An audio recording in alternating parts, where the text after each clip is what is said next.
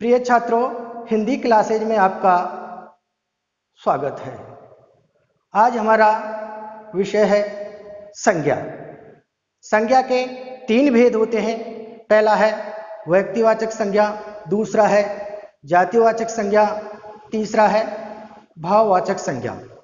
जिसमें से हम व्यक्तिवाचक संज्ञा और जातिवाचक संज्ञा का हम विस्तार पूर्वक अध्ययन कर चुके हैं। आज हम पढ़ेंगे संज्ञा का तीसरा भेद, भाववाचक संज्ञा। सबसे पहले हम ये जानेंगे कि भाववाचक संज्ञा होती क्या है। तो भाववाचक संज्ञा की यहाँ परिभाषा है, वह संज्ञा जिससे किसी निश्चित व्यक्ति, वस्तु व स्थान का बोध न होकर भाव का बोध होता है, उसे भाववाचक संज्ञा कहते हैं। जैसे कुछ मैं उदाहरण दे रहा हूं। घृणा, प्रेम, ईर्ष्या, प्यास, भूख, साहस, ये सभी भाव हैं। अब आप ये सोचते होंगे कि भाव होता क्या है। तो भाव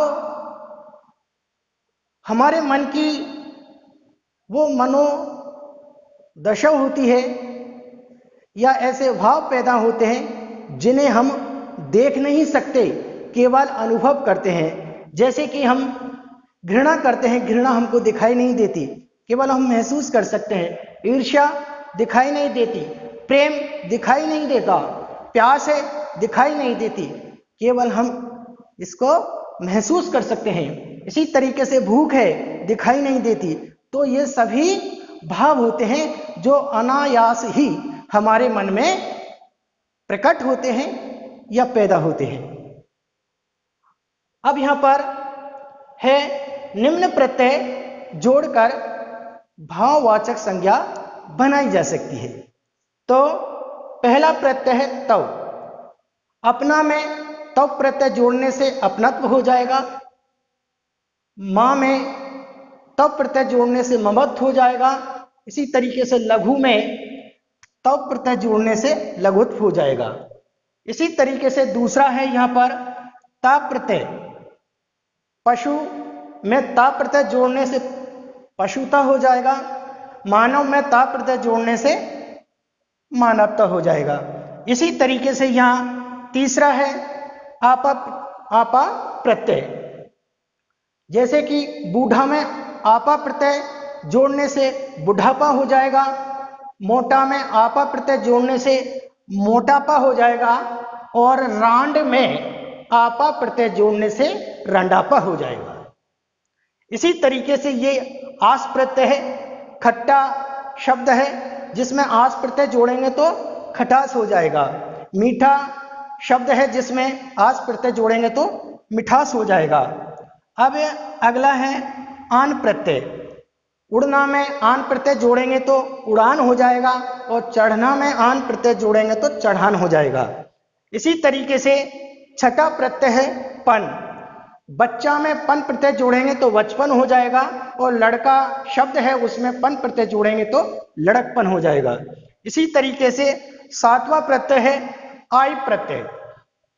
पढ़ना में आई प्रत्यय जोड़ेंगे तो पढ़ाई हो जाएगा, और चढ़ना में आई प्रत्यय जोड़ेंगे तो चढ़ाई हो जाएगा। आठवां है ये प्रत्यय। सुंदर में ये प्रत्यय जोड़ेंगे तो सौंदर्य हो जाएगा, और मधुर में ये प्रत्यय जोड़ेंगे तो माधुर हो जाएगा।